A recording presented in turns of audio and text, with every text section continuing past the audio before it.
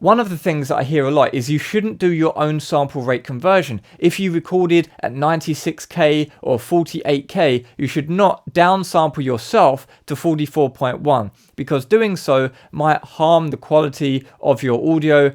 And you should leave that to a professional mastering engineer because they've got way better sample rate conversion and they can handle that without degrading the audio quality as much as you would degrade it if you did it yourself. Now, is that a myth? Well, I came across this great video here by a guy called Craig Stark, and he's only got 520 subscribers. So I'm pretty sure most of you haven't heard of him. So I discovered this video, and he actually mentions me in the video, one of the guys who inspired him to do this test, because he saw my DAC video or something like that. And he was like, well, how about sample rate conversion? And he has a bunch of background information in this video, but ultimately he writes a script and runs a test, and he comes to the conclusion that you can't really hear the difference and is basically a non-issue. In fact, the video is called Audio Rates Resampling is a Non-Issue. So it's a really cool video, but I wanted to see if it was repeatable my side using different code, maybe slightly different tools, and see if I get to the same result. Because although I'm sure he did a great result and it was all accurate what he did his side, maybe his test was even better than the test that I'm about to do. One possible thing could have been, instead of going in a kind of recursive loop of degrading the quality each iteration, maybe he just accidentally converted from the original file each time, and so he didn't actually do an iterative degradation of the sound quality. That's one. I'm sure he didn't do that, but there's one possible explanation. So I thought, okay, well, I'm just going to do it from scratch my side. I just quickly got Google Gemini to write me a script, and I just tweaked it to be exactly how I wanted it. And then we can have a look at the script that I wrote, click the run button and see what it does, and then analyze that in Reaper. And then we can really see, is sample rate conversion a scam? Is it a myth that you need to leave it up to the mastering engineer because you don't have the tools? Only people like me, we are the gatekeepers of the sample rate conversion. Is that true, or is that a myth? We're about to find out right now. Okay, so we have a stereo uncompressed WAV file at 44.1 sample rate here, and you'll remember this song that I recorded way back a year and a half ago or something now, and it's a funky tune that I recorded in a previous video that I was talking about technique on. And now I've got a script here which takes the file, this 001 file here, and then it goes round in a loop of 100 iterations, and for any time that the loop number that it goes round on is an even number, it's going to convert it to 44.1 as the target sample rate, and if it's an odd number, then it's going to convert it to 48k. So what it does is every time it goes around the loop, it flip-flops between 44.1 and 48. And this here, we're saying every time we go around the loop, we're going to increase the file name by a 1 and make that a 3-digit number WAV file. So it should be 001, 002, 003, and so on. And we're going to print that so that we can see what it's working on. And then we load the file in, we resample the file from the original sample rate of the file to the target sample rate, which we determine on the flip-flop of the loop.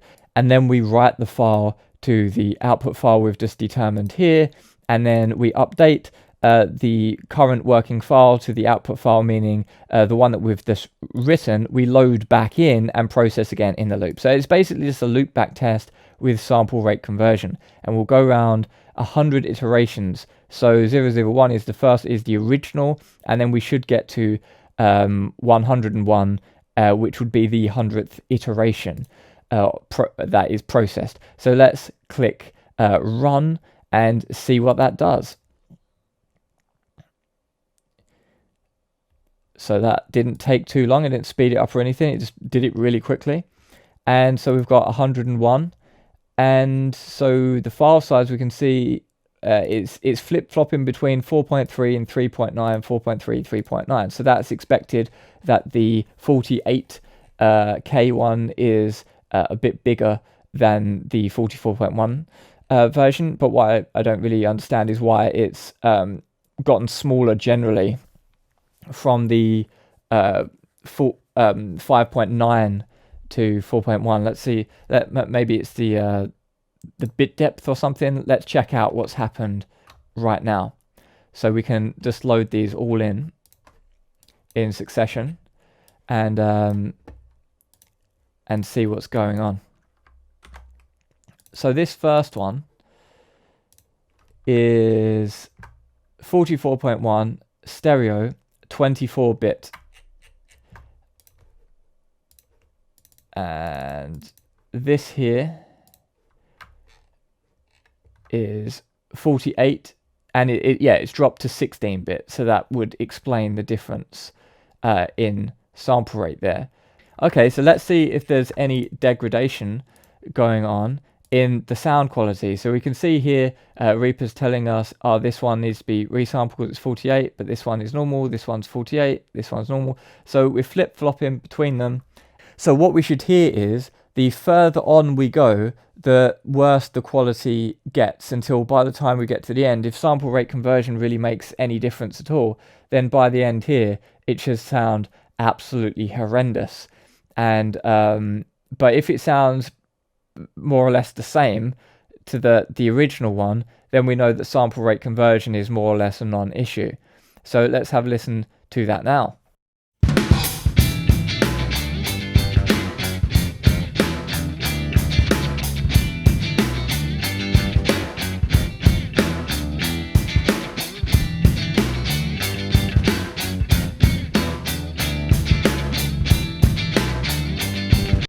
So to me, it's not clear that there's a massive difference there, but we can play them together and see the delta because one of the tracks is inverted. And then we can boost that up using my saturation plugin some ridiculous amount and see how much we need to boost that up in order to get some signal coming through.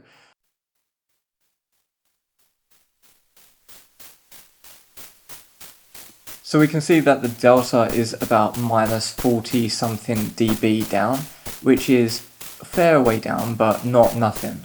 So after 100 iterations, I don't really think there's a very big difference whatsoever.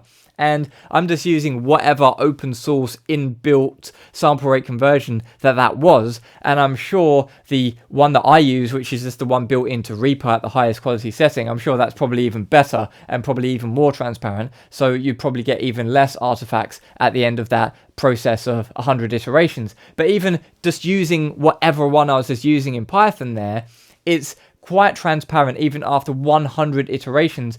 And when we boosted up that noise 40 dB, now you can start hearing that background noise, and it wasn't really kind of like, I was expecting it to have weird kind of bird chirping, aliasing, MP3 metallic death spiral kind of noises, but it wasn't really. It was more kind of like crunchy white noise, and that kind of sound, those artifacts of the crunchy white noise, are more in line with what you get from analog gear, or even like maybe tape machines or something like that.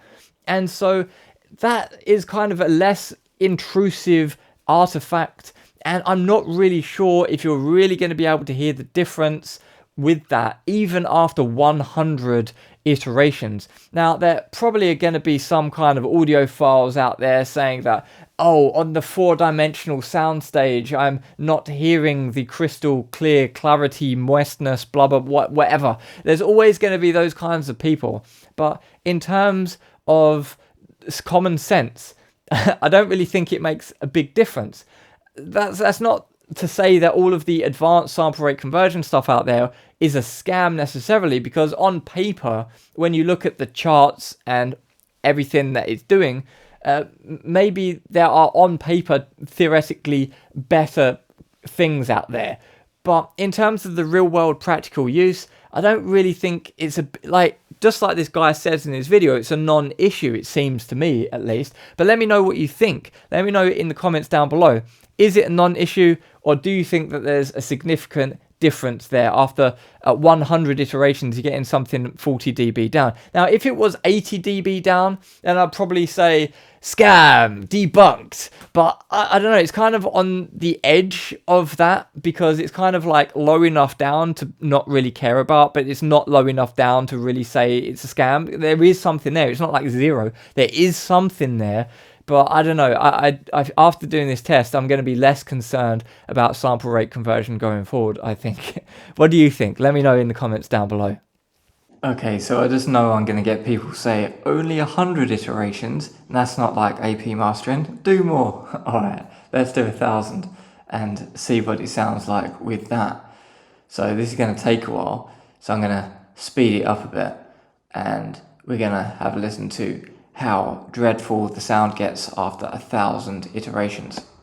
So let's go ahead and listen to the delta, and you can hear that there's almost nothing there. It's minus 36 dB down.